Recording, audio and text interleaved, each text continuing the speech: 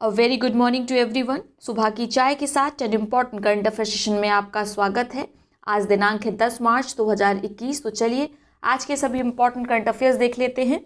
पहला प्रश्न है, हाल ही में किस राज्य ने भांग की खेती को कानूनी मान्यता देने हेतु ड्राफ्ट तैयार किया है? तो हाल ही में हिमाचल प्रदेश सरकार ने भांग की खेती को कानूनी मान्यता देने हेतु ड्राफ्ट तैयार किया है। याद रखेंगे, ठीक है। भांग आप जानते हैं एक प्रकार की घास होती है जिसमें नशा होता है, लेकिन यहाँ के जो बीजेपी के विधायक हैं सुरेंद्र शौरी, उनका कहना है कि भांग में इतना भी ज़्यादा नशा नहीं होता है। अगर हम इसकी कॉमर्शियल वाणिज्यिक खेती करें तो इससे ग्रामीणों को रोजगार मिलेगा, ठीक है। बेरोजगारों को रोजगार देने के लिए इसकी कॉमर्शियल खेती, वाणिज्यिक खेती की जानी चाहिए। तो देखिए सरकार का विजन कितना अच्छा है कि इनको भांग की खेती में रोजगार जनरेट करने के अवसर दिख रहे हैं। अन्य क्षेत्र तो जैसे हैं ही नहीं। तो अभी तक उड़ता पंजाब था, ये उड़ता हिमाचल प्रदेश बनाकर छोड़ेंगे। खैर, हम अपनी अगला करंट अफेयर देखते हैं। अगला प्रश्न है, बांग्लादेश की पहली ट्रांसजेंडर न्यूज़ एंकर कौन है? तो पहली ट्रांसजेंडर न्यूज़ एंकर बनी है बांग्लादेश की तशरुआ आनंद शिशिर। इनका नाम याद रखेंगे, मोस्ट इंपॉर्टेंट है, ठीक है। अगला प्रश्न है, हाल ही में विश्व कौशल केंद्र का उद्घाटन किस राज्य में किया गया? तो हाल ही में उड़ीसा के मुख्यमंत्री नवीन पटनायक ने भुवनेश्वर में भारत के पहले विश्व कौशल केंद्र का उद्घाटन किया, ठीक है। इसका उद्देश्य उड़ीसा को प्रशिक्षित जनशक्ति की वैश्विक राजधानी बनाना है, ठीक है। इस परियोजना को सफल बनाने के लिए जो उड़ीसा सरकार है उसने आईटी सिंगापुर और एडीबी एशियन डेवलपमेंट बैंक के साथ साझेदारी की है। याद रखेंगे किसके साथ की है साझेदारी? सिंगापुर और एडीबी बैंक के साथ, एशियन डेवलपमेंट बैंक के साथ। याद रखना है। विश्व कौशल केंद्र कहाँ खोला गया है? भुवनेश्वर में। इसका उद्देश्य क्या है? उड़ीसा राज्य को वैश्विक राजधानी बनाना, ठीक है। प्रशिक्षित जनशक्ति के रूप में इसको उभारना। याद रखेंगे। अगला प्रश्न देखते हैं, मध्य प्रदेश ने किन राष्ट्रीय उद्यान में नाइट सफारी शुरू की है? तो देखिए तीनों में ही शुरू की है। आपको ये याद नहीं रखना है, बल्कि आपको याद रखना है कि बांधवगढ़ राष्ट्रीय उद्यान अगर पूछा जाए तो आपको पता होना चाहिए कहाँ है, मध्य प्रदेश में है। अगर पूछा जाए पेंच राष्ट्रीय उद्यान कहाँ है तो आपको पता हो यह भी मध्य प्रदेश में है। और कान्हा राष्ट्रीय उद्यान यह भी कहाँ है? मध्य प्रदेश में। याद रखेंगे, इसीलिए इस प्रश्न को संकलित किया गया ताकि आपको सभी राष्ट्रीय उद्यान जो इम्पोर्टेंट हैं खासकर मध्य प्रदेश के वो याद रहें। अगला प्रश्न है, किस संगठन ने भारत के डिजिटल कुशल कार्यबल पर एक रिपोर्ट प्रकाशित की है? तो जो भारत का कार्यबल है वो डिजिटली कितना शिक्षित है, इसके लिए एक रिपोर्ट जारी की गई है। किसके द्वारा? अमेजन वेब सर्विस के द्वारा, AWS के द्वारा यह रिपोर्ट जारी की गई है। इसमें बताया गया कि भारत का जो कार्यबल है उसका मात्र 12% ही डिजिटल रूप से कुशल है, ठीक है। तो कितना भारत में डिजिटल कुशल कार्यबल है? 12%, ठीक है, कुल कार्यबल का। साथ में बताया कि जितनी भविष्य में आवश्यकता है उस हिसाब से हमें 9 गुनी वृद्धि करनी होगी, तभी 2025 तक हम जो हमारा लक्ष्य है उसकी प्राप्ति कर पाएंगे। क्लियर। अगला प्रश्न देखते हैं, INS सुमेधा और कुलिस बांग्लादेश के किस ऐतिहासिक बंदरगाह शहर में होने वाले स्वर्णिम विजय वर्ष कार्यक्रम का हिस्सा होंगे? तो आप जानते हैं 1971 में बांग्लादेश मुक्त हुआ था पाकिस्तान से, यानी आज़ाद देश का इसका अस्तित्व हुआ था। ये अस्तित्व में आया था आज़ाद देश की तरह। 26 मार्च को मनाएगा यह स्वर्णिम विजय वर्ष कार्यक्रम, ठीक है। यानी 2021 में 26 मार्च को हो रहे हैं बांग्लादेश की आज़ादी के 50 वर्ष, ठीक है। इसमें भारत को आमंत्रित किया गया है इसी के चलते, क्योंकि भारत ने मदद की थी मुक्ति आंदोलन में इनके।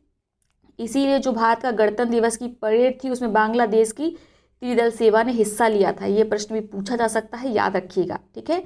तो यह जो कार्यक्रम होगा स्वर्णिम विजय वर्ष कार्यक्रम, इसमें 2 भारत के INS हैं, इंडियन नेवल शिप्स हैं जो हिस्सा लेंगे। उनका नाम है सुमेधा और कुलिस, ठीक है। तो ये किस पोर्ट में, कौन से बंदरगाह शहर में हिस्सा लेंगे? नाम है मोंगला, ठीक है। 26 मार्च को हमारे जो भारतीय प्रधानमंत्री हैं नरेंद्र मोदी, वह भी इस कार्यक्रम में हिस्सा लेने जाएंगे। तो याद रखिएगा, इंपॉर्टेंट है। अगला प्रश्न देखते हैं, किस बैंक ने हाल ही में ऑपरेशन ट्विस्ट की घोषणा की है? तो यह पुराना कार्यक्रम है RBI का, और RBI के द्वारा ही इस ऑपरेशन की घोषणा की जाती है। कब कब की जाती है? जब भी मार्केट में तरलीकरण की समस्या होती है, लिक्विडिटी नहीं होती है, ठीक है। अगर लिक्विडिटी नहीं होगी तो क्या होगा, लोगों के पास पैसे नहीं होंगे, अगर पैसे नहीं होंगे तो मांग जनरेट नहीं होगी, और अगर मांग जनरेट नहीं होगी तो प्रोडक्शन भी नहीं होगा, ठीक है। तो मांग और सप्लाई का जो सर्कल है उसको बढ़ाने के लिए क्या किया गया है, ऑपरेशन ट्विस्ट शुरू किया गया है पुनः भारतीय रिजर्व बैंक के द्वारा। इसके अंतर्गत जो सिक्योरिटीज़ होती हैं, प्रतिभूतियाँ होती हैं, उनको आरबीआई खरीदेगी, जिससे मार्केट में पैसा आएगा, ठीक है। जब लोगों के पास पैसा पहुंचेगा तो उससे क्या होगा, मांग जनरेट होगी, ठीक है, और इससे अर्थव्यवस्था में समृद्धि देखने को मिलेगी। क्लियर हो गया। तो ये याद रखना है, कई बार ये पूछा गया है और ये बार बार चर्चा में रहता है। ऑपरेशन ट्विस्ट भारतीय रिजर्व बैंक का है और ये संबंधित है लिक्विडिटी मेंटेन करने के लिए मार्केट में, ठीक है। आज ज़्यादा इंपॉर्टेंट करंट अफेयर्स नहीं थे, तो केवल उनको संकलित किया गया है जो परीक्षा में पूछे जाएंगे। महज संख्या बढ़ाने से कोई लाभ नहीं है। तो चलिए, ये आज के जितने करंट अफेयर्स थे हमने देख लिए। अब देख लेते हैं आज के उन प्रश्नों को जिनका जवाब आप कमेंट बॉक्स में देंगे। जो सबसे पहले सही सटीक जवाब देगा उसका नाम अगले वीडियो में लिया जाएगा, साथ ही उसके कमेंट को पिन किया जाएगा, ठीक है। तो पहला प्रश्न क्या है जिसका जवाब आप कमेंट बॉक्स में देंगे। हाल ही में 69 साल की उम्र में ओलिवियर डसॉल्ट का हेलीकॉप्टर क्रैश में निधन हो गया। वे किससे संबंधित थे? राफेल बनाने वाली कंपनी संबंधित थे कि खगोलविद थे या कार कंपनी के मालिक थे? ठीक है, तो आप बताएंगे कमेंट में। अगला प्रश्न है, केंद्रीय प्रदूषण नियंत्रण बोर्ड CPCB ने देश के 112 सबसे प्रदूषित स्थलों में उत्तर प्रदेश को कौन सा स्थान दिया है? पहला, दूसरा, तीसरा या इनमें से कोई नहीं? आप कमेंट करेंगे। अगला प्रश्न है, जापानी तकनीक पर आधारित देश का पहला फॉरेस्ट हीलिंग सेंटर कहाँ खोला गया है? आपके विकल्प हैं उत्तराखंड, कर्नाटक, अरुणाचल प्रदेश या इनमें से कोई नहीं।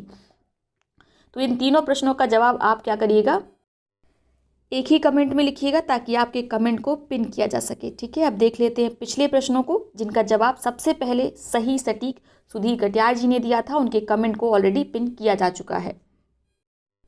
तो पहला प्रश्न था, भारत के पहले अर्बन एलिवेटेड एक्सप्रेसवे की लंबाई कितने किलोमीटर होगी? मोस्ट इम्पॉर्टेंट है, इसको याद रखेंगे, ठीक है। इसकी लंबाई कितनी होगी?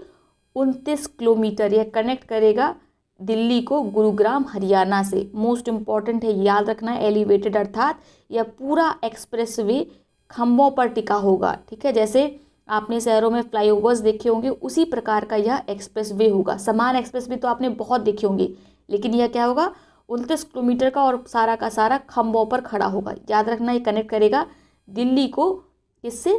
गुरुग्राम हरियाणा से। साथ ही आपको बता दें, जो ये पहला एलिवेटेड एक्सप्रेसवे होगा, इसका नाम क्या रहेगा? इसका नाम रहेगा द्वारका एक्सप्रेसवे। कल शायद हमने ये आपको नहीं बताया था, तो आपको याद रखना है। इसको भारतमाला प्रोजेक्ट के अंदर इस्टेब्लिश किया जा रहा है। ये NH48 से शुरू होकर जाएगा खेर की दौला टोल प्लाजा तक, ठीक है। NH48 से जाएगा ये खेर की दौला टोल प्लाजा तक। NH48 को पहले NH8 के नाम से जाना जाता था, याद रखेंगे। क्लियर हो गया। बस आपको इतना जरूर याद रखना है कि जो अर्बन एलिवेटेड एक्सप्रेसवे है जिसकी लंबाई 29 किलोमीटर है, इसे द्वारका एक्सप्रेसवे के नाम से भी जाना जाएगा, ठीक है। अगला प्रश्न था, देश का पहला स्किल डेवलपमेंट सेंटर कहाँ खोला जाएगा? तो यह खोला जाएगा कहाँ पर? उत्तर प्रदेश में। उत्तर प्रदेश में जो हापुड़ जिला है उसके पास पड़ेगा गांव पिलखुआ। तो पिलखुआ गांव में खोला जाएगा आपका पहला स्किल डेवलपमेंट सेंटर, क्योंकि देश का पहला है इसीलिए मोस्ट इम्पॉर्टेंट है, याद रखेंगे। इसको किसने इस्टेब्लिश किया है? एक्चुअली खोला जा चुका है, वर्किंग है। इसको शुरू किया है DRDO ने, ठीक है। इसके अंतर्गत फायर सेफ्टी ट्रेनिंग दी जाएगी, तो आपको याद रखना है।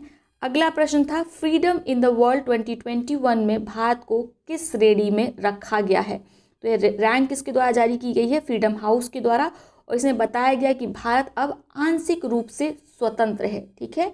यानी पहले भारत को पिछले वर्ष रखा गया था स्वतंत्र की श्रेणी में, और इस वर्ष भारत की रैंकिंग गिर गई है, भारत को रखा गया है आंशिक रूप से स्वतंत्र श्रेणी में। इसके साथ ही आपको बता दें, भारत को जो पिछले वर्ष स्कोर मिला था वह मिला था 100 में से 71, ठीक है। 71 आउट ऑफ 100 थे। इस वर्ष का भारत का स्कोर कितना है? 67 आउट ऑफ 100। इसीलिए भारत का जो श्रेणी थी वो बदल गई है, स्वतंत्र से क्या हो गई है? आंशिक रूप से स्वतंत्र। याद रखेंगे, स्वतंत्र देशों में फ्रीडम हाउस ने संकलित किया है फिनलैंड को, नॉर्वे को और स्वीडन को, और जो मुक्त नहीं है यानी स्वतंत्र नहीं है उन देशों में रखा है तिब्बत और सीरिया को। ठीक है, तो ये आज के सभी इंपॉर्टेंट करंट अफेयर्स हो गए। यदि आपने अभी तक टेलीग्राम चैनल नहीं ज्वाइन की है तो लिंक डिस्क्रिप्शन बॉक्स में दिया हुआ है, टेलीग्राम चैनल को ज्वाइन कर लीजिए। वहाँ पर डेली बेसिस पर क्विज कराई जाती है जीएस और करंट अफेयर्स की। इसके साथ ही यदि आपको वीडियो अच्छा लगता है तो वीडियो को देखने के बाद जो लाइक बटन है उसको ज़रूर दबा दिया करिए और अपने मित्रों सहपाठियों के साथ इस सेशन को ज़रूर शेयर करिए। बहुत बहुत धन्यवाद।